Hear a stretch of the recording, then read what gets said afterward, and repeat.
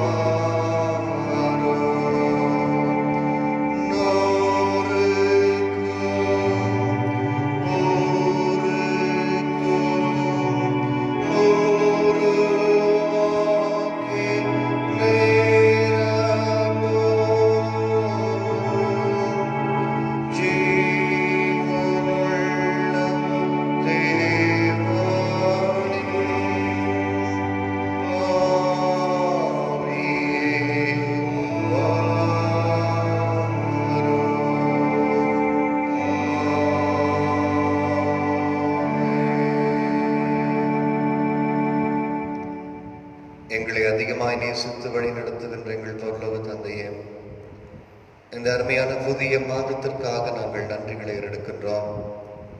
4 மாதங்களை கடந்து 5வது மாதத்தில் அடியெடுத்து வைத்திருக்கிற நாங்கள் சுவாமி, கர்த்தரி மட்டுமாய் கொடுத்திருக்கிற சரீர சுக பல ஜீவன் ஆயுசு நாட்களுக்காக நாங்கள் உங்களுக்கு நன்றிகளை எடுக்கிறோம். ஆண்டவரே, பல்வேறு தடைகள், போராட்டங்கள், பல்வேறு நிலைப்பாடுகள் இவைகளை நாங்கள் கடந்து வந்தாலும் கர்த்தர் எங்களை தாங்குகிறார், எங்கள் பக்கத்தில் இருக்கிறார் என்பதை நாங்கள் உணர்ந்து கொள்ள எங்கள் ஒவ்வொருவருக்கும் அருள் தருகிறீரே மக்கள் என்று செலுத்துகின்றோம். இந்த புதிய மாதத்தை உம்முடைய கரங்களிலே நாங்கள் கொடுக்கிறோம் சுவாமி. உழைப்பாளர் தினம் என்று சொல்லி உலகம் முழுவதும் கொண்டாடுகின்ற இந்த சமயத்தில் இந்த நாளிலே ஆண்டவரை கொண்டாட முடியாமல் வீடுகளிலும் வேலைகள் இல்லாமல் தவித்துக் கொண்டிருக்கிற உடைய பிள்ளைகளை நாங்கள் நினைத்து பார்க்கிறோம் சுவாமி. உழைத்து மங்கி போயிருக்கிற சூழலிலே, வேலையில்லா திண்டாட்டங்கள் இருக்கின்ற சூழலிலே கர்த்தர் மாத்திரம் உம்முடைய பிள்ளைகளுடைய எல்லா தேவைகளில் உடன் பயணிக்க நாங்கள் வேண்டுதல் செய்கின்றோம். குறிப்பாக ஆண்டவரை இந்த வழிபாடு முழுவதுமாக தூய ஆவியானவரை வழிநடத்தும்படியாக நாங்கள் வேண்டுதல் செய்கின்றோம். இந்த காணொளியின் வழியாக ஆண்டவரை காண்கின்ற இந்த வழிபாடானது அநேகருக்கு ஒரு ஆசீர்வாதமாக இருக்கட்டும் சுவாமி. பிள்ளைகள் ஒவ்வொரு வீடுகளிலே இருந்து அமர்ந்தபடி சன்னிதானத்தை நோக்கி பார்க்கும் பொழுது கர்த்தருடைய தூய ஆவியானவர் செயல்பட எங்களுக்கு அருள் தாரும். தொடர்ந்து காத்திரளும். இயேசுவின் தாழ்பணிந்து கெஞ்சுகிறோம் எங்கள் ஜீவனோட நல்ல பிதாவே, ஆமென். இந்த காலை வழிபாட்டிற்கு ஆரம்பமாக நாம் யாவரும் எழுந்து நின்று அல்லது அமர்ந்த வண்ணமாகவே நம்முடைய பாடல் புத்தகத்தில் இருக்கின்ற பாமாலை 1வது பாமாலையை பாடுவோம். ஆத்மமே உன் ஆண்டவரின் திருப்பாதம் பணிந்து.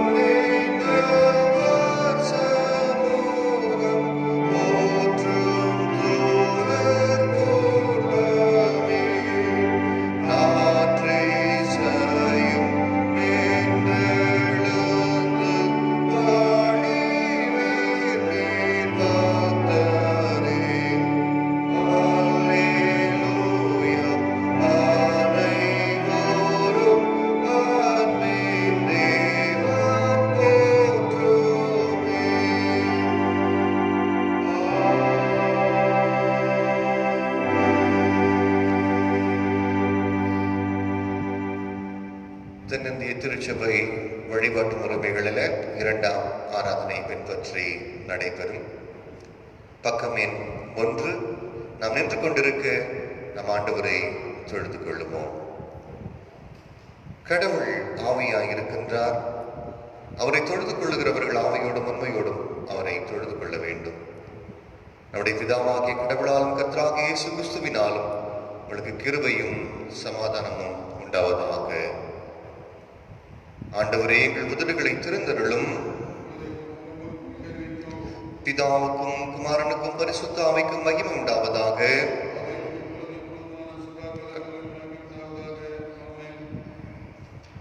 எங்கள் தந்தையாம் கடவுளே, உமது வல்லமையாலும் ஞானத்தாலும் எல்லாவற்றையும் படைத்து உமது குமாரனை எங்கள் இரட்சகராக தரும்படி உலகத்தில் அன்பு கூர்ந்திரமை போற்றுகிறோம்.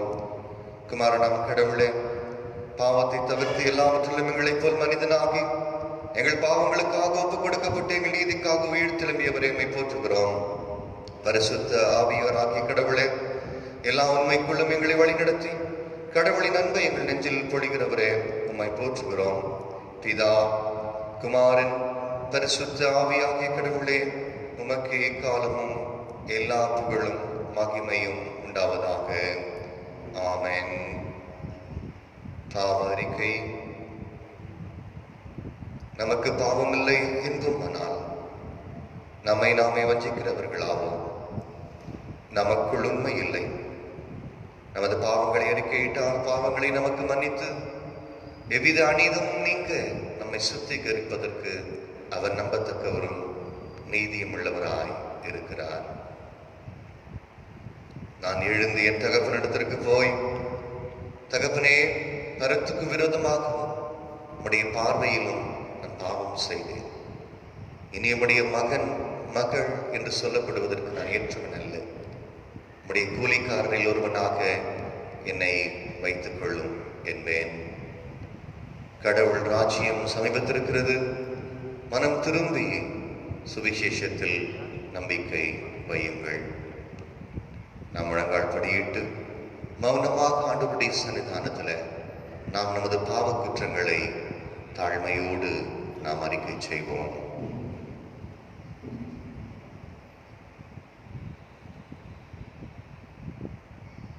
நம்முடைய குற்றங்கள்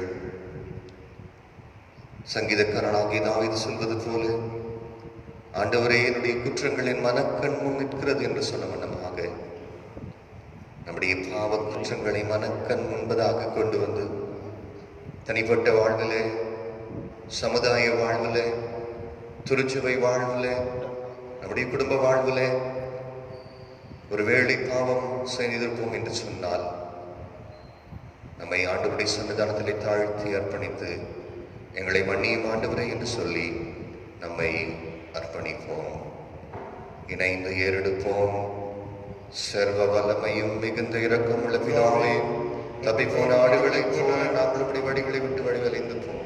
எங்கள் எழுதின் யோசனைகளுக்கும் விருப்பங்களுக்கும் மிகவும் இணங்கினார்கள். முது பரிசுத்த கற்பனைகள் விரோதமாய் குற்றம் செய்தோம். செய்யத்தக்கவர்களை செய்யாமல் செய்யத்தகாதவர்களை செய்தோம். எங்களுக்கு சுகமே இல்லை. ஆனால் ஆண்டவரே, தேவரின் ஆண்டவராகிய இயேசு கிறிஸ்துவின் மூலமாய் மனிதருக்கு அருளி செய்த வாக்குத்தத்தங்களின்படியே எதிர்பார்க்கிறவர்கள் குற்றவாளிகளாகிய எங்களுக்கு தப்பதங்கள் அடிக்கிறவர்களை பொறுமையாயிரும். ஆத்மத்தில் துக்கப்படுகிறவர்களை சீர்படுத்தும். மிகவும் இறக்கமுள்ள பிதாவே, இந்த நாமத்துக்கு மகிமையுண்டாகும்படி நாங்கள் தேவபக்தியும் நீதியும் தெளிந்த பக்தியும் உள்ளவராய் நடத்துவர இயேசு கிறிஸ்து எங்களுக்கு கிருபை செய்தருளும். ஆமென். சர்வ வல்லமை மிகுந்த இரக்கமுள்ள ஆண்டவர் மன்னிப்பையும் பாவ நிவர்த்தியும் நமக்கு கட்டளையிட்டருளி வாழ்க்கையை சீர்படுத்துவதற்கான காலத்தையும் நமது பரிசுத்தாவியின் கிருபையும் தேற்றுதலையும் தந்தருள்வாராக. ஆமென். ஆண்டவரை துதியுங்கள். திருமறை பாடம் வாசிக்க கேட்போம். இன்றைய நாளுக்கென்று வாசிக்கும்படியாக தெரிந்து கொள்ளப்பட்ட திருமறை பகுதி தூய லூக்கா எழுதிய நற்செய்தி நூல் 11ஆம் அதிகாரம் வசனங்கள் 1 தொடங்கி 4 அடங்கிய ஆண்டவருடைய வார்த்தையை நாம் கேட்போம். லூக்கா 11ஆம் அதிகாரம் வசனங்கள் 1 தொடங்கி. அவர் ஒரு இடத்தில் ஜெபம் பண்ணி முடித்த பின்பு அவருடைய சீஷரில் ஒருவன் அவரை நோக்கி, ஆண்டவரே, யோவான் தன் சீஷருக்கு ஜெபம் பண்ண போதித்தது போல நீரும் எங்களுக்கு போதிக்க வேண்டும் என்றார். அதற்கு அவர், நீங்கள் ஜெபம் பண்ணும் பொழுது, பரமண்டலங்களில் இருக்கிற எங்கள் பிதாவே, உம்முடைய நாமம் பரிசுத்தப்படுவதாக, உம்முடைய ராஜ்யம் வருவதாக, உம்முடைய சித்தம் பரமண்டலத்திலே செய்யப்படுகிறது போல பூமியிலேயும் செய்யப்படுவதாக. எங்களுக்கு வேண்டிய ஆகாரத்தை அன்றென்றும் எங்களுக்கு தாரும். எங்கள் பாவங்களை எங்களுக்கு மன்னியும், நாங்களும் எங்களிடத்தில் கடன்பட்ட எவனுக்கும் மன்னிக்கிறோமோ. எங்களை சோதனைக்குட்பட பண்ணாமல் தீமென்று எங்களை ரட்சித்துக் கொள்ளும் என்று சொல்லுங்கள் என்றார் என்பது வாசிக்கும்படியாக தெரிந்து கொள்ளப்பட்ட திருமறை பாடம் வாசித்தாயிற்று. தேவனே உமக்கு ஸ்தோத்திரம் உண்டாவதாக. நாம் யாவரும் இணைந்து நம்முடைய விசுவாசத்தை அப்போஸ்தலர் விசுவாச பிரமாணத்தின் மூலமாக இணைந்து நாம் அறிக்கை செய்வோம்.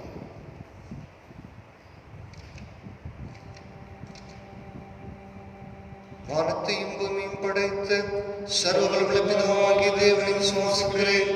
அவருடைய ஒரே குமாரனாகிய நம்முடைய கர்த்தர் இயேசு கிறிஸ்துவை விசுவாசிக்கிறேன். அவர் பரிசுத்த ஆவியினாலே ஞானத்தில் பிறந்தார். பொந்து பிலாத்தின் காலத்தில் உடன்படிக்கை சிலுவையில் மரித்து அடையாளமானார். மூன்றாம் நாள் மரித்தெழுந்து எழுந்துள்ளார். பரமண்டலத்திலே சர்வவல்ல பிதாவாகிய தேவன் கிறிஸ்துவில் வீற்றிருக்கிறார். அவரிடத்திலிருந்து உயிரோரையும் மரித்தோரையும் நியாயத்திற்கு வருவார். விசுவாசிக்கிறேன். பொதுவான கிறிஸ்துவையும் பரிசுத்தவான்களையும் பாவ மன்னிப்பும் சரீரம் இருக்கிறதிலும் நித்திய ஜீவனும் விசுவாசிக்கிறேன்.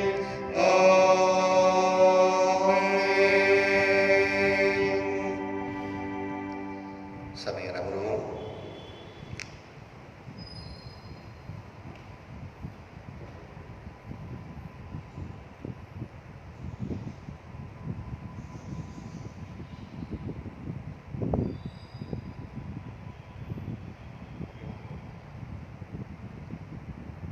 ஜெபம் செய்வோம்.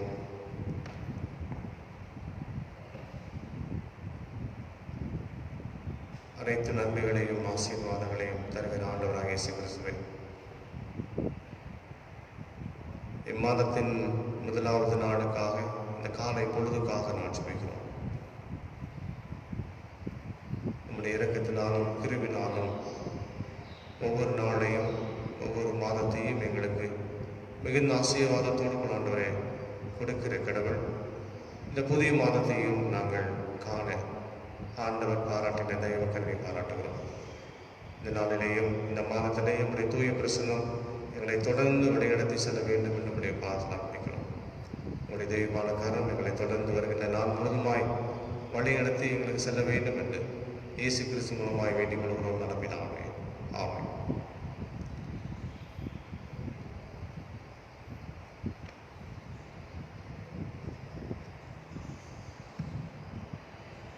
ரட்சகரும் மீட்பருமாகிய இயேசு கிறிஸ்துவினுடைய வெளியேறப்பட்ட நாமத்திலே உங்களை வாழ்த்துகிறேன். ஒரு புதிய மாதத்தையும் புதிய காலை பொழுதையும் புதிய இரக்கத்தையும் அவருடைய சித்தத்தோடு கூட நாம் துவங்குவதற்கு ஆண்டவர் நமக்கு மீண்டுமாக ஒரு நல்ல ஒரு வாய்ப்பை கொடுத்ததற்காக ஆண்டவருக்கு நாம் நன்றி செலுத்துவோம். ஏனென்றால் ஆண்டவருடைய விருப்பமும் சித்தம் இல்லாமல் இந்த உலகத்தில் நாம் எதையும் பெற்றுக்கொள்ள முடியாது. அவருடைய வழிநடத்துதல் இல்லாமல் நம்முடைய வாழ்க்கையில் எதையுமே வகுத்து கொள்ளவும் முடியாது. ஆக ஆண்டவருடைய அருளையும் இரக்கங்களையும் கிருபைகளையும் பாராமல் நமக்கு கொடுத்தபடினாலே இந்த புதிய மாதத்தை நாம் காண ஆண்டவர் நமக்கு கிருபை செய்திருக்கிறார். அது மட்டுமல்ல, ஒவ்வொரு மாதத்தின் முதலாவது நாளுடைய காலை பொழுதிலே ஆண்டவருடைய திருப்பாதத்திலே அமர்ந்திருந்து, ஆண்டவரை நீ தந்திருக்கிற இந்த நல்ல வாய்ப்பை கொண்டு இந்த புதிய மாதத்தை ஒவ்வொரு நாளும் நாங்கள் துவங்குகிறோம் என்பதை அடிப்படையாக கொண்டு ஒவ்வொரு மாதத்தையும் நாம் துவங்குவது வழக்கம். அதே போல இந்த மாதத்தையும் துவங்குவதற்கு ஆண்டவர் கிருபை தந்திருக்கிறார். கடந்த காலங்களிலே ஆராதனையில் நாம் பங்கு பெற்று ஆண்டுடைய ஆசீர்வாதத்தையும் ஆண்டுடைய இரக்கத்தையும் மாதத்தினுடைய முதலாவது நாளிலே பெற்றுக்கொள்வது வழக்கம்.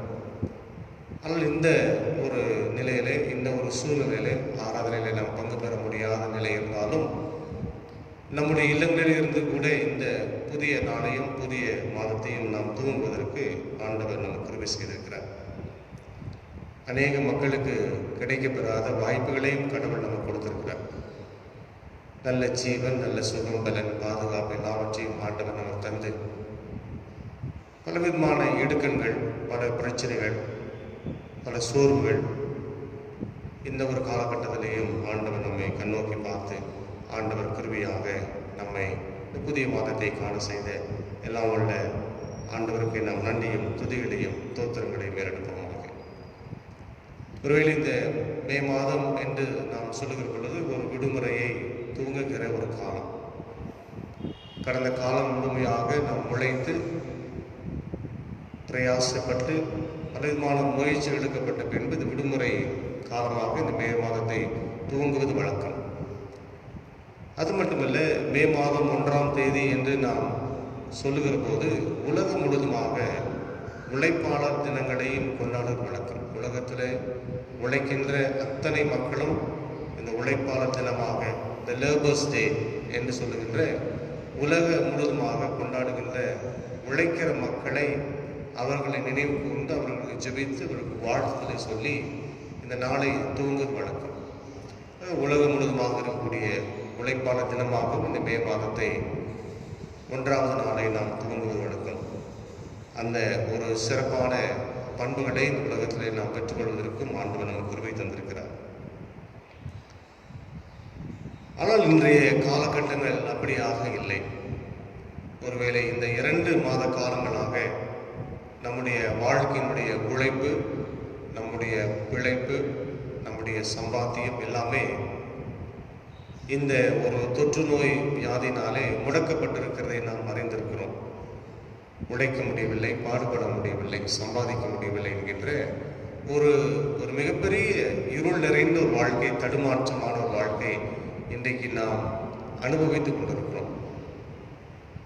இவைகள் மத்தியிலுமே கடவுள் இந்த உலகத்திலே உங்களை என்னையும் சிறப்பாக நடத்தி வந்திருக்கிறார் என்கிறது ஒரு புறமாக இருந்தாலும், நாம் தொடர்ந்து உழைக்க வேண்டும், பாடுபட வேண்டும், சம்பாதிக்க வேண்டும் என்பதைத்தான் ஆண்டவர் அதிகமாக விரும்புகிறதாக நாம் பார்க்கிறோம். காரணம், கடவுள் இந்த உலகத்தில் 6 நாட்கள் வேலை செய்து 7ஆவது நாளிலே ஓய்ந்திருந்தார் என்று சொல்லி திருமுறையிலே நாம் படிக்கிறோம், வாசிக்கிறோம். கடவுளும் இந்த உலகத்தில் உழைக்கிறவராக, அவரும் ஒரு படைப்பாளராக படைக்கப்பட்டு இருக்கக்கூடிய அனுபவத்தை கொண்டு இந்த உலகத்தில் நீங்களும் நானும் உழைத்து சம்பாதித்து சாப்பிட வேண்டும் என்கின்ற ஒரு ஆழமான கருத்தை இந்த உலகத்தில் நமக்காக கற்றுக் கொடுத்திருக்கிறார். ஆக இந்த பூமியில் இருக்கிற யாரும் வெறுமையை இருந்து விடக்கூடாது, யாரும் உழைக்காமல் இருந்து விடக்கூடாது, யாரும் வெறுமையாய் சாப்பிட்டு விடவும் கூடாது என்பதை மனதில் கொண்டு கடவுள் 6 நாட்கள் உழைத்து 7ஆவது நாளிலே ஓய்ந்திருந்தார் என்கிறதை அடிப்படையாக கொண்டு இந்த உலக உழைப்பாளர் தினத்தை கொண்டு இதில் முன்வைத்து இந்த திருநாளை நாம் கடவுளுடைய வார்த்தையாக சிந்திக்க ஆண்டவர் நமக்கு உதவி செய்வார் என்று சொல்லி இந்த வார்த்தை மத்தியில் நான் வைக்கிறேன். அதனாலே ஆண்டவருடைய சித்தம், விருப்பம் எல்லாவற்றையும் இந்த உலகத்தில் நமக்கு தந்து ஆண்டவருடைய பெரிதான கிருபையோடு கூட இந்த மாதத்தை நாம் துவங்குவதற்கும் ஆண்டவர் கிருபை தந்திருக்கிறார். ஒரு இன்றைய நாளுடைய செய்திக்கு இந்த தியானத்துக்காக எடுத்துக்கொள்ளப்பட்ட திருமறை பகுதி வாசி கேட்ட பரிசுத்த லூக்கா என்பவர் எழுதின சுவிசேஷம் 11ஆம் அதிகாரத்தினுடைய ஒரு வசனத்தை முன்பதாக நான் வைக்க விரும்புகிறேன். ஆண்டவருடைய சீடர்கள் ஆண்டவரிடத்தில் கேள்வி ஒன்றை கேட்கிறார்கள்.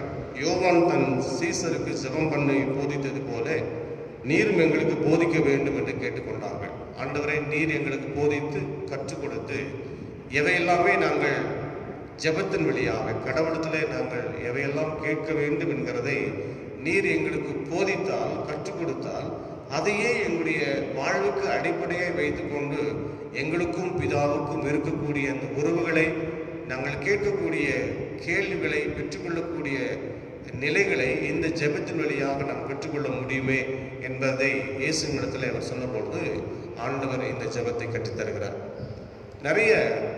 நிறைய சம்பவங்களை அதில் சொல்லப்பட்டிருந்தாலும் இந்த 3ஆம் வசனத்தை மட்டும் முன்பதாக வைக்க வேண்டுகிறேன். எங்களுக்கு வேண்டிய ஆதாரத்தை அன்றென்றும் எங்களுக்கு தாரும். Give us daily bread. ஆண்டவரை, எங்களுக்கு அனுதினமாக எங்களுக்கு உணவை தாரும். அனுதினமாக உயிரை இந்த உலகத்தில் வாழக்கூடிய வாழ்வாதாரமாக இருக்கக்கூடிய உணவை எங்களுக்கு தாரும். இந்த உணவு தான் எங்களுடைய வாழ்வுக்கு வாழ்வாதாரமாக இருக்கிறது. இதை நாங்கள் எப்படியெல்லாம் பெற்றுக்கொள்ள வேண்டும் என்பதையும் அவர் கற்றுக் கொடுக்கிற ஜெபத்தின் வழியாக நீர் எங்களுக்கு சொல்லுவீர் என்றால் அதை அடிப்படையாக வைத்துக்கொண்டு பிதாவிடத்தில் கேட்பதற்கு எங்களுக்கு மிகவும் அது பயனுள்ளதாக இருக்கும் என்கிறதை அடிப்படையாக கொண்டு சீடர்கள் ஆண்டவரிடத்தில் கேட்கும் பொழுது இந்த ஒரு ஜெபத்தினுடைய முக்கியமான பகுதியை இங்கே வைக்கிறார். காரணம், இந்த உலகத்தில் ஒரு மனிதருக்கு மிக மிக முக்கியமானது உணவு. மக்கள் கஷ்டப்படுகிறது, உழைக்கிறது, சம்பாதிக்கிறது எல்லாமே இந்த உணவுக்காகத்தான் என்கிறதையும் திருமறை பல இடங்களிலே கற்றுத்தருகிறது. ஆகினாலே எங்களுக்கு வேண்டிய ஆகாரத்தை அன்றென்றும் எங்களுக்கு தாரும். அன்றைய நாளுக்கென்று எங்களுக்கு கிடைக்கப்பட வேண்டிய உணவு என்பது எந்த விதத்திலுமே தடைபட்டு விடக்கூடாது என்பதை இந்த ஜெபத்தின் வழியாக சொல்லுகிற பொழுது அதனுடைய ஜெபத்தினுடைய ஆழமான பொருள் என்கிறதை நாம் கவனித்து பார்க்கும் பொழுது அந்த உணவை பற்றி அங்கே ஆண்டவர் சொல்லுகிறார். அப்படி சொல்லுகிற பொழுது இந்த ஆகாரத்திற்குள்ளே இருக்கக்கூடிய மறைந்திருக்கக்கூடிய ஒரு பொருள் என்ன, எங்களுக்கு அனுதினமாக ஆகாரத்தை தர வேண்டும் என்று கேட்கிற பொழுது இந்த ஆகாரத்தை பெற்றுக்கொள்வதற்கு அதுக்கு மூலாதாரமாக இருப்பது, அதற்கு ஒரு அடித்தளமாக இருப்பது என்பதை இயேசுவானவர் தன்னுடைய ஜெபங்களிலே சீடர்களுக்கு கற்றுக் கொடுக்கிறார். நீங்கள் வெறுமையாகவே இருந்து இந்த பூமியிலே வெறுமையாகவே மரித்து விடவும் கூடாது. ஆகினாலே கடவுளத்தில் கேட்கக்கூடிய எந்த ஒரு பொருளாக இருந்தாலும், கேட்கக்கூடிய ஒரு ஜெபத்தின் அடிப்படையாக இருந்தாலும் அதனுடைய அடிப்படை என்ன என்பதையும் இந்த ஜெபத்தின் வழியாக கற்றுக் கொடுக்கிறார். அன்றென்றும் வேண்டிய ஆகாரத்தை இந்த தாரும் என்று கேட்கும் பொழுது அதில் நீங்கள் உழைக்க வேண்டும், ஜெபிக்க வேண்டும், முயற்சி எடுக்க வேண்டும், பாடுபட வேண்டும் என்கிறதை ஒரு ஆழமான பொருளை கொடுக்கிறார். ஆக இந்த பொருளை வைத்துக் கொண்டுதான் அந்த ஜெபத்திலையும் சொல்லுகிறார். அதனால ஜெபம் என்று சொல்லுகிற பொழுது ஏதோ ஒன்று ஆண்டவரிடத்தில் கேட்போம், கேட்டவுடனே ஆண்டவர் கொடுத்து விடுவார். நாம் ஒரு நேரமாக முழுமையாக இருக்கும் பொழுது ஆண்டவரிடத்திலே முழு நேரமாக நாம் ஜெபிக்கும் பொழுது கேட்பதெல்லாமே ஆண்டவர் கொடுத்து விடுவார் என்பது பொருள் அல்ல. நாம் கேட்கக்கூடிய ஜெபத்திலேயும் அதிலே உழைப்பு இருக்க வேண்டும், அதிலே ஒரு மையமான கருத்து இருக்க வேண்டும் என்பதை ஆண்டவர் சீடர்களுக்கு இந்த ஒரு பாடத்தை கற்றுக் கொடுக்கிறார். காரணம், கடவுள் இந்த உலகத்தில், என் பிதா இந்த உலகத்தில் உழைத்து சம்பாதித்து தான் இந்த உலகத்தை படைத்திருக்கிறார் என்பதை அடிப்படையாக கொண்டு அவர் சொல்லுகிற பொழுது அந்த காரியத்தை சொல்கிறார். அதனாலே அன்றென்றும் வேண்டிய ஆகாரத்தை இன்று எங்களுக்கு தாரும் என்று கேட்கும் பொழுது அதுக்குண்டான உழைப்பை நீங்கள் உழைக்கிற பொழுதுதான் அதில் இருந்து நீங்கள் ஆகாரத்தை பெற முடியும். உழைக்கின்ற பொழுதுதான் உங்களுடைய வாழ்வுக்கு ஆதாரமாக இருக்கக்கூடிய உணவு உங்களுக்கு கிடைக்கும் என்பதையும் திருமுறையின் வழியாக ஆண்டவர் மிக சீடருக்கு கற்றுக் கொடுக்கிறதை நாம் பார்க்கிறோம். 128ஆம் சங்கீதத்திலே ஆண்டவர் தாவீது தன்னுடைய பாடலை சொல்கிற பொழுது 128வது சங்கீதம் 2ஆம் வசனம், உன் கைகளின் பிரயாசத்தை நீ சாப்பிடுவாய். எந்த அளவுக்கு நாம் உழைக்கிறோமோ அந்த உழைக்கிற உழைப்புக்கு தகுந்ததை போலதான் நம்முடைய கையில் பிரயாசத்தை காண முடியும். ஆகினாலே உழைப்பு என்பது மிக மிக முக்கியமானது ஒன்று, உழைப்பு என்பது மிக மிக அவசியமானது ஒன்று என்பதை பற்றி சொல்லப்பட்டிருக்கிறது. ஆகினாலே உன்னுடைய கையினுடைய பிரயாசம் எப்பொழுது உனக்கு வந்து கிடைக்கும், உன்னுடைய வாழ்க்கையில எந்த அளவுக்கு நீ உழைக்கிற உழைப்பு என்பது உன் வாழ்க்கையில மிகுதியாக இருக்கும், எந்த அளவுக்கு நீ உழைக்கிற உழைப்பினுடைய மிகுதியாக இருந்து அது உன் வாழ்வுக்கு மிகுந்த ஆதாரமாக இருக்கும் என்று சொல்வதற்கு திருமுறையில் இன்னொரு பகுதி இருக்கிறது. அது ஏசாயா தீர்க்கதரிசியின் புத்தகம் 33ஆம் அதிகாரம் வசனங்கள் 15-16 வசனத்தில் இதனுடைய அழுத்தமான ஒரு பொருளை கொண்டு ஏசாயா இங்கே மிக தெளிவாக சொல்லப்பட்டிருக்கிறதை பார்க்கிறோம். ஏசாயா 33ஆவது அதிகாரம் வசனங்கள் 15-16 வாசிக்கிறேன். உன் கைகளின் பிரயாசம் எப்பொழுது நம்முடைய வாழ்க்கையிலே தங்கும், நாம் உழைக்கிற உழைப்பு எப்பொழுது எனக்கு மிகுதியாக இருக்கும், நான் உழைக்கிற உழைப்பு சம்பாத்தியம் எப்பொழுது எனக்கு மீதியாக இருக்கும். மிகுதியாக இருக்க வேண்டும், மீதியாக இருக்க வேண்டும், அதற்கேற்றபடி உழைக்க வேண்டும் என்று சொல்லுகிற பொழுது இது எப்பொழுது இருக்கும் என்று சொல்லி பார்க்கும் பொழுது 15ஆம் வசன வாசங்கள், நீதியாய் நடக்க வேண்டும். கடவுள் இந்த உலகத்தில் நமக்கு அன்பை தந்திருக்கிறார், ஆசீர்வாதங்களை தந்திருக்கிறார். ஆனால் ஆண்டவர் உங்களிடத்திலிருந்தும் என்னிடத்திலும் இருந்து எதிர்பார்க்கிறது நாம் எப்பொழுதுமே நீதியாக இருக்க வேண்டும், நேர்மையாக இருக்க வேண்டும். கடவுள் கற்றுக் கொடுக்கின்ற வார்த்தைகளை விசுவாசமாக பிடித்து கொண்டு அவருக்கென்று உண்மையாய் நடக்க வேண்டும் என்று சொல்கிறார். ஒரு மனிதனுடைய உழைப்பு எப்பொழுது மிகுதியாய் இருக்கும், ஒரு மனிதனுடைய சம்பாத்தியம் எப்பொழுது மீதியாய் இருக்கும் என்று பார்க்கும் பொழுது திருமறை நமக்கு சொல்லித் தருகிறது. ஒரு மனிதன் நீதியாய் இருக்க வேண்டும் என்று முதலாவதாக சொல்கிறார். செம்மையான வழிகளிலே பேசி இடுக்கண் செய்தால் வரும் ஆதாயத்தை வெறுத்து நமக்கு அதிகமாக வருகின்ற அனாவசியமாக அநீதியான வழியில வருகின்ற பலவிதமான செம்மையான வழிகளிலே நமக்கு கிடைக்கக்கூடிய நிறைய ஆதாயம் இருக்கிறது. நாம் சம்பாதிப்பதற்கு மேலாக இன்னும் அதிகமாக ஆதாயங்களை பெற்றுக்கொள்வதற்கு, வேறு வழி சென்று சம்பாதிப்பதற்கு, வேறு ஒரு முறையை கையாளுவதற்கு என்று சொல்லி நிறைய வழிமுறைகள் இருக்கிறது. அவை எல்லாவற்றையும் வெறுத்து விட வேண்டும் என்று சொல்லி வேதம் சொல்கிறது. செம்மையானவைகளை பேசி இடுக்கண் செய்வதால் வரும் ஆதாயத்தை வெறுக்க வேண்டும். பல விதங்களிலே பல பொருட்கள் நமக்கு சேரும். அதெல்லாம் நமக்கு அநீதியாய் கிடைக்கக்கூடியவைகள், பொய்யாய் சம்பாதித்து கிடைக்கக்கூடியவைகளை, லஞ்சம் வாங்குகின்றவைகளை, அநியாயமாய் சம்பாதிக்கின்றவைகளை பற்றி திருமறை சொல்கிறது. ஆதாயத்தை வெறுத்து பரிதானங்களை வாங்காதபடிக்கு தன் கைகளை உதற வேண்டும் என்று சொல்லி ஏசாயா சொல்லுகிறார். இவையெல்லாம் என்னுடைய கைக்கு சேர்ந்து விடக்கூடாது என்பதை பற்றி இங்கு சொல்வது, என்னுடைய வாழ்வுக்கு இதெல்லாம் சேர்ந்து விடக்கூடாது. இவை எல்லாவற்றையுமே நான் வெறுத்து ஒழித்து வாழ வேண்டும். ரத்தம் சிந்துவதற்கான யோசனைகளை கேளாதபடிக்கு தன் செவி அடைத்து பொல்லாப்பை காணாதபடிக்கு தன் கண்களை மூடுகிறவனவனோ அப்படின்னு ஏசாயா சொல்லுகிறார். இந்த பூமியிலே கடவுள் உங்களை என்னை படைத்திருக்கிறார். கடவுள் இந்த உலகத்தில் உங்களை என்னை ஆசீர்வாதத்தை வழி நடத்தி கொண்டு வருகிறார். நீங்களும் நானும் ஆண்டவருக்கு என்று பிரதிபலித்து காண்பிக்கக்கூடிய எதிரொலி அமைப்பான வாழ்வு என்ன? நாம் நீதியாய் நடக்க வேண்டும். ஆண்டவரே, நீர் எங்களுக்கு கொடுத்திருக்கிற ஞானத்தை கொண்டு, நீர் கொடுத்திருக்கிற அறிவை கொண்டு, நீர் கொடுத்திருக்கிற புத்தி கூர்மை வைத்துக் கொண்டு நான் சம்பாதித்து இவைகளிலே போதும் என்று எண்ணி வாழுகிற வாழ்க்கை பற்றி கடவுள் இங்கே சொல்லுகிறார். நீதியை நடக்க வேண்டும். உன் வாழ்க்கையில் அனாவசியமாய் வருகின்ற, அநீதியாய் வருகின்ற சம்பாத்தியமெல்லாம் உனக்கு தேவையில்லை. இடுக்கமாய் பேசி, அவதூறாக பேசி வருகின்ற பரிதானங்களை நீ வாங்க வேண்டாம். உன் கைகளை உதறிக்கொண்டு இருக்க வேண்டும். அப்பொழுது கடவுள் உன்னை பார்ப்பார்.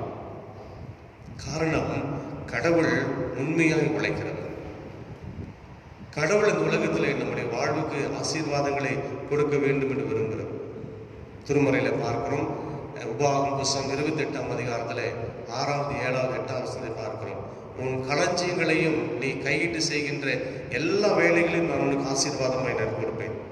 இன்றைக்கு அந்த படி இல்லாதபடிக்கு நாம் ஆண்டவருக்கு நீதியாய் நடக்காதபடி, நேர்மையாய் நடக்காதபடி, நம்முடைய இஷ்டத்துக்கு அதிகமாக நாம் வாழ்ந்து பரிதானங்களை வாங்கி அநியாயமாய் சம்பாதித்து அநியாயமாய் கிடைக்கக்கூடிய காரியங்களை அதிகமாய் கவனம் செலுத்துகிறபடினாலே என்னவோ இன்றைய காலகட்டங்களெல்லாம் நம்மளால சம்பாதிக்க முடியவில்லை. நாம் மட்டுமில்லை, உலகம் எங்குமே இப்படியெல்லாம் முடங்கப்பட்டிருக்கிறது. காரணம், இன்றைக்கு உலகம் போய்கொண்டிருக்கூடிய பாதையை நீங்கள் கவனித்து பார்க்கும் பொழுது அநியாயமாகவே போகின்றது, தீமையாகவே போகிறது. இன்னொருவரை அழைத்து வாழ வேண்டும் என்கிற எண்ணம் உலகமெங்குமாக இன்றைக்கு பரவிக்கின்ற கொண்டிருக்கிறபடினாலே இவை எல்லாவற்றையும் உணர்ந்து கொள்வதற்கு கடவுள் ஒரு வாய்ப்பை தருகிறார் என்பதை பற்றி நாம் புரிந்து கொள்ள வேண்டும். அதனால்தான் இந்த 2 மாதங்களிலே நம்மால் உழைக்க முடியவில்லை என்பதை பற்றி நாம் கவனித்துக் கொள்ள வேண்டும். இப்படி நீதியாய் நடந்து, இடுக்கண் செய்து, அநீதியாய் சம்பாதித்து, பரிதானங்களை வாங்காமல் நம்முடைய கைக்கு அதற்கு பலியிட்டு கொடுத்து விடாதபடிக்கு உண்மையாய் நடக்கும் பொழுது என்ன சொல்லுகிறது வேதம்? 16 வசனத்தை பாசுங்கள். அவன் உயர்ந்த இடங்களிலே வாசம் பண்ணுவான். அவனுடைய நீதியை நான் பார்ப்பேன், அவனுடைய நீதியை பார்ப்பேன், அவனுடைய எண்ணங்களை பார்ப்பேன், அவனுடைய கைகளை பார்ப்பேன், அவனுடைய வாழ்வாதாரத்தை நான் பார்ப்பேன். அவன் உயர்ந்த இடங்களில் வாசம் பண்ணுவான். கண்மலைகளின் அரண்கள் அவனுடைய உயர்ந்த அடைக்கலமாகும் என்று சொல்லி அவன் அப்பம் அவனுக்கு கொடுக்கப்படும். அவன் தண்ணீர் அவனுக்கு நிச்சயமாய் கிடைக்கும். அவன் ஒரு நாளும் இந்த உலகத்துக்குள்ளாக வெறுமை அடையவே மாட்டான். இப்படிப்பட்ட ஒரு கஷ்டமான காலம் வரும், துன்பகரமான ஒரு சூழ்நிலை வரும். உணவு இல்லை, உழைப்பதற்கென்று சொல்லி ஆகாரம் இல்லை என்கிற நிலையெல்லாம் இந்த ஒரு காலகட்டத்தின் நிமித்தமாக, சூழ்நிலை நிமித்தமாக, சீதோஷன் நிமித்தமாக பல நிலைகள்லாம் தன் வாழ்க்கையில் அவனுக்கு எல்லா 4 கதவுகளும் அடைக்கப்பட்டாலும் அவன் உயர்ந்த அடைக்கலத்தில் கடவுள் வைப்பார். அவருடைய உயர்ந்த தன்மையை பற்றி ஆண்டவர் வைப்பார். கண்மலையிலே கொண்டு போய் நான் நிறுத்துவேன். எல்லா கதவுகளும் அடைக்கப்பட்டாலும், உலகமே இருளாய் தோன்றினாலும் அவனுடைய சாப்பாட்டை நான் ஆஸ்வதிப்பேன். அவனுடைய தண்ணீர் எப்பொழுதுமே கிடைக்கும். எப்பொழுது அவன் நீதியாய் நடக்கின்ற பொழுது, அவனுடைய அவமானமாய் அநீதியாய் சம்பாதிக்கிற நிலையில்லாதபடிக்கு பரிதானம் எல்லாம் உதிரி வைத்துக் கொண்டு இருக்கும் பொழுது ஆண்டு சொல்கிறார், உன் கைகளின் பிரயாசங்களை நான் உனக்கு ஆசீர்வதிப்பேன். உன்னுடைய குடும்பம் ஆசீர்வதிக்கப்பட்டிருக்கும். 128ஆம் சங்கீதத்தில் ஆண்டு சொல்கிறார், உன் கைகளின் பிரயாசங்களை நீ சாப்பிடுவாய், உனக்கு பாக்கியம் நன்மை உண்டாயிருக்கும். எப்பொழுது நான் ஆண்டவருக்கென்று நீதியாய் நடக்கும் பொழுது, சரியாய் நான் சம்பாதித்து அநியாய் நான் சம்பாதிக்காதபடிக்கு, இடுக்கண்களை பேசி அவதூறான காரியங்களை பேசி அநியாயமாய் சம்பாதிக்கப்படி பரிதானங்கள் எல்லாம் உதறி தள்ளி வைத்துக் கொண்டு நான் நேர்மையானவன், கடவுள் எனக்கு கொடுத்திருக்கிற உழைப்பிலே 30, 60, 100 பலன்களை பெறுவதற்கு கடவுள் எனக்கு போதும் என்று கொடுத்திருக்கிறபடினாலே கடவுள் என்னை மட்டுமாய் ஆசீர்வதிக்கிறார் என்று சொல்லுகிற பொழுது எப்பொழுதெல்லாம் சொல்ல முடியும் என்பதை பற்றி வேதத்திலே சொல்லப்படுகிற பொழுது, அவன் உயர்ந்த அடைக்கலத்தில் நான் வைப்பேன். இந்த உலகம் இருளாயிருக்கும், தண்ணீர் இருக்காது, அப்பம் இல்லாமல் அநேக மக்கள் கஷ்டப்படுவார்கள். ஆனால் இந்த மனிதனை பார்த்து ஆண்டு சொல்கிறார், அவனுடைய அப்பம் அவனுக்கு நான் கொடுப்பேன், உணவை நான் கொடுப்பேன், உணவுக்குண்டான உழைப்பை நான் கொடுப்பேன், அவனுக்கு தண்ணீரும் கொடுக்கப்படும் என்று சொல்லி வேதம் சொல்லுகிறார். அதனால பிரியமானவர்களே, இந்த மாதம் துவங்குகிற பொழுது ஆண்டவர் எல்லாவற்றிலும் நமக்கு மிகுந்த கிருபையோடு கூட வழி நடத்துவதற்கு என்று சொல்லி ஒரு மிகப்பெரிய உத்தரவாதத்தையும் ஆண்டவர் தருகிறதை நாம் பார்க்கிறோம். அவர் யாக்கோபின் தேவன். சங்கீதம் 146 சொல்லப்பட்டிருக்கிறது. 146 5ஆம் வசனம், யாக்கோபின் தேவனை தன் துணையாய் கொண்டிருந்து தன் தேவனாகிய கர்த்தர் மேல் நம்பிக்கை வைக்கிற மனுஷன் பாக்கியவான். அவர்தான் படைப்பாளர், அவர்தான் உழைக்கிறவர், அவர்தான் உணவு தருகிறவர், அவர்தான் இந்த உலகத்தை படைத்து ஆளுகை செய்து கொண்டிருக்கக்கூடிய யாக்கோபின் தேவனை பற்றி இறுக்கமாக நாம் பிடித்து கொண்டு நேர்மையாய் நடக்கின்ற அநேக சூழ்நிலைகளிலே கடவுள் நம்மை சிறப்பாய் வழிநடத்துவார் என்பதை பற்றி சொல்லப்பட்டிருக்கிறார். வானத்தையும் பூமியும் சமுத்திரத்தையும் எல்லாவற்றையும் உண்டாக்கினவர் என்று சொல்லி அவர் உண்மையை காக்கிற கடவுள் என்பதை பற்றி சொல்லப்பட்டிருக்கு. அந்த கடவுள் இன்றைக்கும் நம்மோடு கூட இருக்கிறார் என்பதை பற்றி சொல்லப்பட்டு அவர் எப்படி இந்த உலகத்தில் நடத்துகிறார் என்பதை பற்றி நாம் பார்க்க. ஒன்று, ஒடுக்கப்படுவதற்கு நியாயம் செய்கிறார். வசனத்தை பாருங்கள். 146ஆம் சங்கீதம் 7ஆம் வசனத்திலே பசியாய் இருக்கிறவர்களுக்கு ஆகாரம் கொடுக்கிறார். இந்த காலகட்டம் மிகவும் ஒரு காலகட்டம். மே மாதம் 1ஆம் தேதி உழைப்பாளர் தினம் என்று நாம் சொல்லுகிறோம். உலகம் எங்குமாக உலகம் படைத்து உருவாக்கி இந்நாள் வரைக்குமாக உழைக்கிற சம்பாத்தியங்கள், பொருளாதார வளர்ச்சிகள், உலகமெங்குமாக வளர்ந்த நாடுகள், வளர்ந்து கொண்டிருக்கக்கூடிய நாடுகளுக்கு உதவிகளை செய்து ஒவ்வொன்றும் தங்களுடைய உழைப்பிலே முன்னேற்றமாக வேகமாக ஓடிக்கொண்டிருக்கக்கூடிய இந்த காலகட்டம் திடீரென்று நிறுத்தப்பட்டிருக்கிறது. பொருளாதாரம் நின்று போய்விட்டது, உலகத்தின் மக்கள் உழைப்பு நின்று போய்விட்டது, ஆங்காங்கே விவசாயம் இல்லை, எந்த விதத்திலும் நாட்டுகள் ஏற்றுமதி கிடையாது, இறக்குமதி கிடையாது. உலக நாடுகள் எல்லாமே தங்களுடைய நாட்டினுடைய எல்லைகளை மூடி வைத்திருக்கிறார்கள். காரணம் என்ன? ஒருவேளை கடவுள் இந்த காலங்களிலே நீங்களும் நம்மை நாமே சரிப்படுத்திக் கொள்ள வேண்டும் என்பதை பற்றி தான் ஒருவேளை சுட்டி காட்டுகிறோரோ என்பது நமக்கு தெரியவில்லை. இந்த காலகட்டத்திலும் கூட உண்மையான தேவனை பற்றி நாம் இறுக்கமாக பற்றி கொள்ளும் பொழுது அவர் சொல்லுகிறார், பசியாயிருக்கு ஆகாரம் கொடுக்கின்றார். யார் யாரெல்லாம் பசியாயிருக்கிறார்? இன்னைக்கு சூழ்நிலையில் நீங்க பார்த்தீங்கன்னா எல்லா மக்களுமே உணவில்லாமல் கஷ்டப்படுகிறார்கள். அவளுக்கு ஏதாவது உதவி செய்ய வேண்டும், அவளுக்கு நாம் உணவு கொடுக்க வேண்டும், பொருளை கொடுக்க வேண்டும், பல விதங்களில் உதவி செய்ய வேண்டும் என்கிறதெல்லாம் முடிவு செய்து கொண்டு அநேக மக்கள், பல திருச்சபைகள், தொண்டு நிறுவனங்கள், சமூக அமைப்பாளர் எல்லாருமாக சேர்ந்து உணவே இல்லாமல் கஷ்டப்படுகிற மக்களுக்கு உணவு கொடுத்து கொண்டிருக்கிறார்கள். அப்படிப்பட்ட உணவு கொடுப்பதற்கு முகாந்தாரமாயிருந்த இந்த உலகத்தை தள்ளி கொண்டு போகிறவர் கடவுள். பசியாருக்கு ஆகாரம் கொடுக்கிறார் என்பதை பற்றி வேதம் சொல்கிறது. 8ஆம் வசனம் சொல்லப்பட்டிருக்கிறது, மடங்கடிக்கப்பட்டவர்களை கட்டு தூக்கி விடுகிறாராம். இந்த காலகட்டங்களிலே எங்களுக்கு என்ன செய்வதென்றே நாங்கள் திகைத்து நிற்கிறோம் ஆண்டவரே. எங்களுடைய குடும்பம் என்ன செய்வதென்றே நாங்கள் திகைத்து நிற்கிறோம். எங்களுடைய தொழில் அமைப்பை என்ன செய்வதென்றே நாங்கள் திகைத்து நிற்கிறோம். மடங்கடிக்கப்பட்டிருக்கிறோம். எங்களுடைய கண்ணெல்லாம் இருளடிக்கப்பட்டிருக்கிறது. கடன் பிரச்சனை அதிகமாக இருக்கிறது. இன்னொருக்கு நாளை பதில் சொல்ல முடியவில்லை. இன்னொருவருக்கு நாங்கள் சம்பாத்தியம் கொடுக்க முடியவில்லை. உழைப்பு நிமித்தமாக கிடைக்கக்கூடிய வருவாய் வைத்துக் கொண்டு பிறருக்கு எங்களால் கரண்டிருந்து அவளுக்கு சம்பாத்தியம் கூட கொடுக்க முடியவில்லை என்பதை பற்றி நாங்கள் மடங்கடிக்கப்பட்டிருக்கிறோம் நாங்கள்லாம் இன்றைக்கு மூழ்கடிக்கப்பட்டிருக்கிறோம் என்கிற ஒரு நிலை வருகிற பொழுது ஆண்டு சொல்கிறார், அவர்களெல்லாம் தூக்கி விடுகிறார். எப்பொழுது கர்த்தருக்கு நாம் உண்மையாய் நீதியாய் நடக்கும் பொழுது ஆண்கள் எல்லாவற்றையும் மிக சிறப்பாய் செய்கிறார்.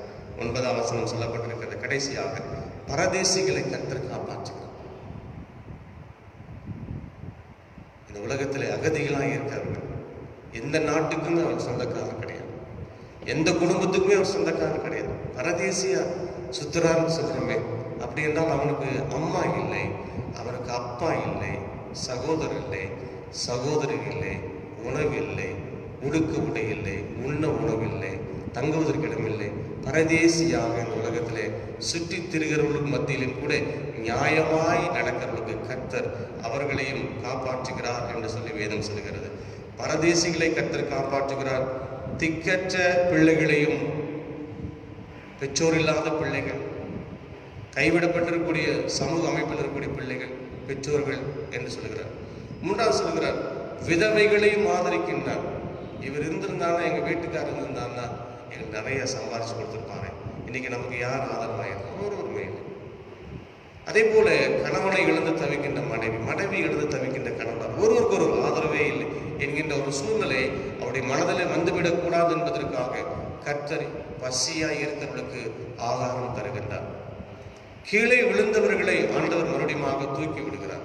பரதேசிகளை கர்த்தர் காப்பாற்றுகிறார். திக்கற்ற பிள்ளைகளை விதவையும் ஆதரிக்கிறார் என்று சொல்லி தாவீதுடைய பாடல் சொல்கிறார். அன்பானவர்களே, இந்த மாதத்திலே ஒரு மிகப்பெரிய எதிர்பார்ப்போடு கூட நாம் ஒருவேளை நம்முடைய எண்ணமெல்லாம் ஒரு மிகப்பெரிய பதற்றத்தோடு கூட இந்த உலகத்தில் நாம் இருக்கிறோம். அடுத்தது என்ன நடக்கப் போகிறது என்பது நமக்கு தெரியாது. ஒருவேளை நாட்டினுடைய ஊரடங்கு சட்டம், உலக அமைப்பினுடைய சுகாதார அமைப்பு, நம்முடைய நாட்டினுடைய சுகாதார அமைப்பு, இந்த தொற்று நோய் பரவுகின்ற நிலையெல்லாம் நின்று போய்விடுமா? தொடர்ந்து நம்முடைய வியாபாரம் தொடருமா? நம்முடைய குடும்ப வாழ்க்கை, நம்முடைய பிள்ளைகள், பிள்ளைகளுடைய படிப்புகள், வளர்ச்சிகள், திருமண காரியங்கள், எதிர்பார்க்கிற காரியங்கள்லாம் தொடர்ந்து இதெல்லாம் தடைபட்டு போய்விடுமா என்பதெல்லாம் இன்னைக்கு தடுமாறி இருந்து கொண்டிருக்கும் பொழுதும் கர்த்தர் சொல்கிறார், உன்னுடைய உழைப்பை நான் உனக்கு ஆசீர்வதிப்பேன், உன் பிள்ளைகளை நான் உனக்கு ஆசீர்வதிப்பேன், உன்னை நான் உங்களை மறுபடியும் தூக்கி எடுப்பேன். திக்கற்ற பிள்ளைகளையும் ஆதரவற்றக்கூடிய அனாதைகளையும் இந்த உலகத்திலே மறுபடியும் நான் கரை சேர்ப்பேன். எப்பொழுது உன் கையினுடைய பிரயாசம், நீ உழைத்து சம்பாதிக்கிற சம்பாதித்தையும் நின்று போய்விட்டது என்று நினைத்து கொண்டிருக்கிறாய், கவலைப்பட வேண்டாம். கண்டிப்பாக உன்னுடைய கையினுடைய பிரயாசங்களை நான் உனக்கு ஆசீர்வாதமாய் நான் கொடுப்பேன். நீ நீதியாய் நடக்க வேண்டும், நீ நியாயமாய் நடக்க வேண்டும், அநியாயமாய் சம்பாதித்து விடக்கூடாது, பரிதானங்களை வாங்கிவிடக்கூடாது. இவை எல்லாவற்றையும் விலகி நிற்கும் பொழுது நான் உன்னை உயர்ந்த கண்முனையில் கொண்டு போய் நிறுத்தி உனக்கு அப்பத்தையும் தண்ணீரையும் ஆசீர்வாதமாய் கொடுப்பேன்னு சொன்னாண்டவர். இந்த புதிய மாதத்திலே நாம் எவையெல்லாம் இழந்து போனோமோ, எவையெல்லாம் நம்முடைய வாழ்க்கையில் மடங்கடிக்கப்பட்டிருக்கிறதோ, எவையெல்லாம் நாம் திக்கற்றவர்களாக இருந்து நாம் தவித்துக் கொண்டிருக்கிறோமோ, கடவுள் எல்லாவற்றையும் மாற்றி வருகின்ற மே மாதம் முதற்கொண்டு ஆண்டவர் மிகப்பெரிய பாதையை நமக்கு திறந்து கொடுத்து செம்மையான வழியிலே வழி நடத்துவதற்கு ஆண்டவர் கிருபை செய்வார். அப்படிப்பட்ட ஒரு மிகப்பெரிய கிருபையோடு கூட இந்த யாக்கோபின் தேவன் நம்மை நடத்துவார் என்கிற நம்பிக்கையோடு கூட நம்முடைய வாழ்க்கையை நாம் துவங்கும் பொழுது கடவுள் ஒரு மிகப்பெரிய ஆச்சரியத்தோடு கூட வழி நடத்துவார். அப்படிப்பட்ட ஆண்டவர் வழி நடத்துகிறவர் நம் அனைவரோடும் கூட தொடர்ந்து நம்மை வழி நடத்துவாராக. ஆமென். ஜெபம் செய்வோம். அன்பின் ஆண்டவரே, மீண்டுமாக எங்கள் எல்லாரையும் உடைய பாதத்தில் அர்ப்பணிக்கிறோம் சுவாமி. யாரிடத்திலே போய் நாங்கள் சொல்லுவது என்கின்ற ஒரு மிகப்பெரிய தவிப்பு எங்கள் வாழ்க்கையில் இருக்கத்தான் செய்கிறது. மனிதத்திலும் சொல்ல முடியாது. காரணம், எல்லாருக்கும் இதே விதமான தவிப்பும் அங்கலாய்ப்பும் இருக்கிற நாங்கள் வந்திருக்கிறோம். ஆனால் உண்மை தவிர நாங்கள் வேறு யாரிடத்திலும் சொல்வதற்கு எங்களால் இயலாத ஆண்டுகளே, நாங்கள் கஷ்டப்படுகிறோம், வேதனைப்படுகிறோம். இவெல்லாவற்றையும் கருத்தில் கொண்டு உங்களுடைய சித்தத்தோடு கூட ஆண்டவரே, ஒரு உழைக்கின்ற நிலை இருந்திருக்கிறது. மறுபடியும் உழைக்க வேண்டும், சம்பாதிக்க வேண்டும், பாடுபட வேண்டும் என்கிற உணர்வோடு கூட நாங்கள் மறுபடியும் நாங்கள் துவங்குகிறோம். உங்களுடைய தெய்வமான கரம் எங்களை தொடர்ந்து மாதம் முழுதுமாய் வழிநடத்த கர்த்தர் கிருபை செய்வீராக. இயேசு கிறிஸ்து மூலமாய் வேண்டிக் கொள்கிறோம் நலப்பிதாவே. ஆமென். சபையாருக்கு ஒரு அறிவிப்பு. கடந்த நாட்களே உங்களுக்கு அறிவிப்பு கொடுத்ததை போல இந்த கஷ்டப்படுகிற காலங்களிலே ஆதரவற்றிருக்கக்கூடிய மக்கள், பசியாயிருக்கிறவர்கள், துன்பப்படுகிற மக்களுக்கு என்று அவளெல்லாம் நம் கவனத்தில் கொண்டு நம்முடைய திருச்சபையாக அவர்களுக்கு பல விதங்களிலே உதவிகளை நாம் செய்து வருகிறோம் கடந்த 2 மாதங்களாக.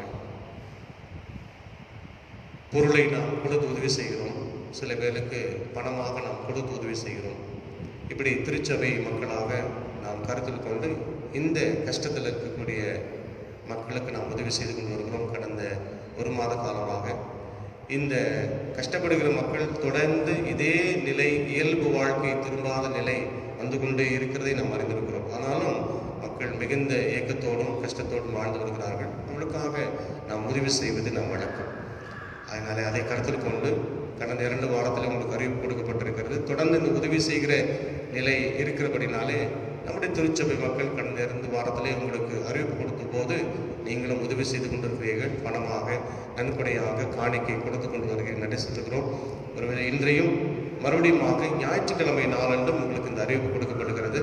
விருப்பம் உள்ளவர்கள், கட்டாயம் அல்ல, விருப்பம் உள்ளவர்கள், இப்படிப்பட்ட ஆதரவு அற்றக்கூடிய மக்கள், கஷ்டப்படுகிற மக்கள், ஏழை எளிய மக்களுக்காக 1 மாதத்துக்குண்டான உணவுகளை கொடுப்பதற்கென்று நாம் முயற்சி எடுத்துக்கொண்டு அவருக்கு உதவி செய்து வருகிறோம். அதனால உங்களால் இயன்ற பணமாக, நீங்கள் பொருளாக கொடுக்க விரும்புகிறவர்கள், நன்கொடையாய் கொடுத்து உதவி செய்கிறவர்கள் வருகின்ற நாட்களிலே ஒருவேளை என்னையோ இல்லை என்றால் சபையினுடைய செயலாளர், பொருளாளரை நீங்கள் சந்தித்து தொலைபேசியில் தொடர்பு கொண்டு உங்களால் முடிந்த உதவிகளை நீங்கள் செய்வீர் என்று சொன்னால் இது இப்படிப்பட்ட ஆதரவற்ற மக்கள், கஷ்டப்படுகிற மக்களுக்கு மிகுந்த பயனுள்ளதாக இருக்கும். அதனாலே இப்படிப்பட்ட ஒரு நிலையில்தான் திருச்சபை மக்களுடைய உறவுகளை நாம் பாடுகளோடும் துன்பங்களோடும் நம்மை அடையாளப்படுத்திக் கொள்வதுதான் கடவுள் விரும்புகிறார். அதனால இந்த வாய்ப்பை நமக்கு கொடுத்திருக்கிறார். இல்லாத மக்களுக்கு உதவி செய்து நாம் இறங்கி வந்து அவர்களுக்கு உதவி செய்கிற பொழுது கடவுள் மறுபடியுமாக நம்முடைய வாழ்க்கையில் அதுக்கு நான் ஆசீர்வாதம் தருவேன். அதனாலே முடிந்தவர்கள் உங்களுடைய நன்கொடைகளை பணமாகவும் பொருளாகவும் நீங்கள் கொடுத்து ஆதரவற்ற இருக்கக்கூடிய மக்களுக்கு நீங்கள் உதவி செய்யும்படி உங்களை அன்போடு நான் கேட்டுக்கொள்கின்றேன்.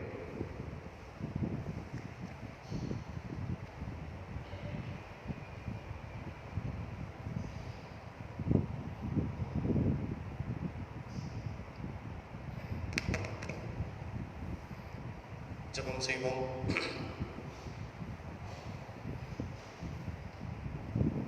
எல்லா நன்மைகளுக்கும் ஆசீர்வாதங்களுக்கும் காரணமாக இருக்கிற எங்கள் பரிசுத்தமுள்ள பிதாவே, நாங்கள் மீண்டுமாக உமக்கு நாங்கள் நன்றி செலுத்துகிறோம். ஆண்டவரே, கடந்த காலங்களை நாங்கள் முடித்து ஒரு மாதத்துடைய 1வது நாளை நாங்கள் சந்திக்க காண எங்கள் தந்த கிருபைக்காக ஜெபிக்கிறோம்.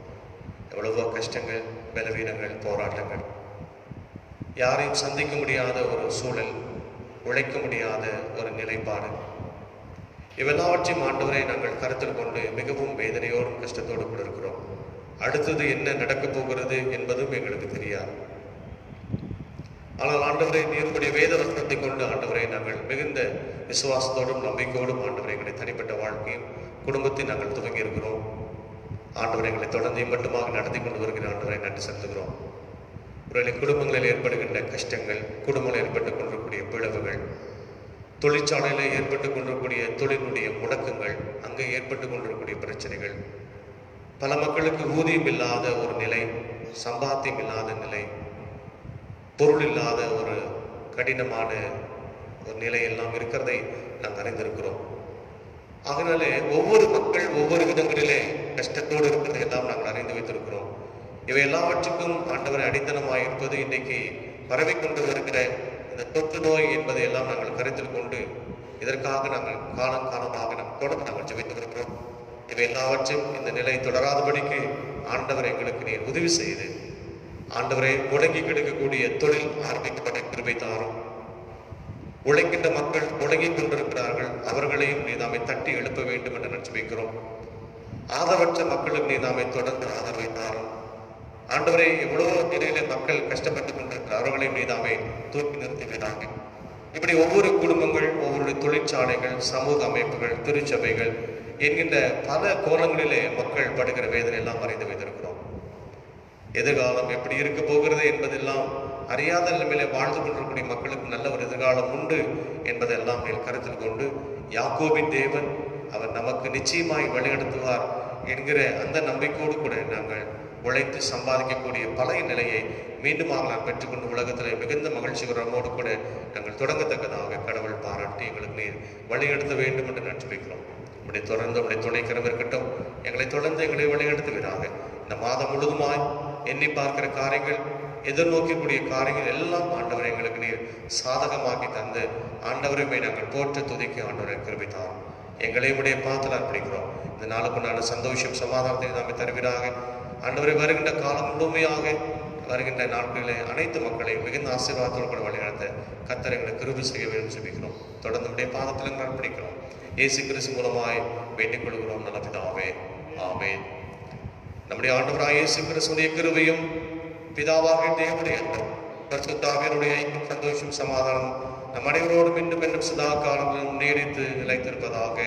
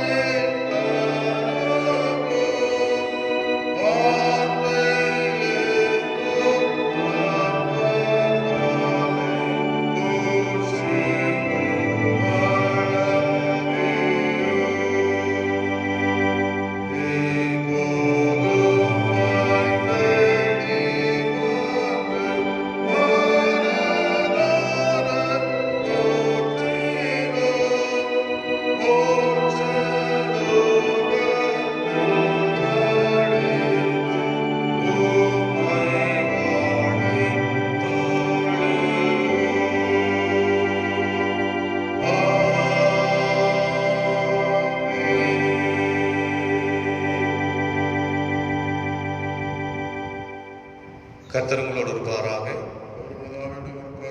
சமாதானத்துடனே புறப்பட்டு செல்லுங்கள்.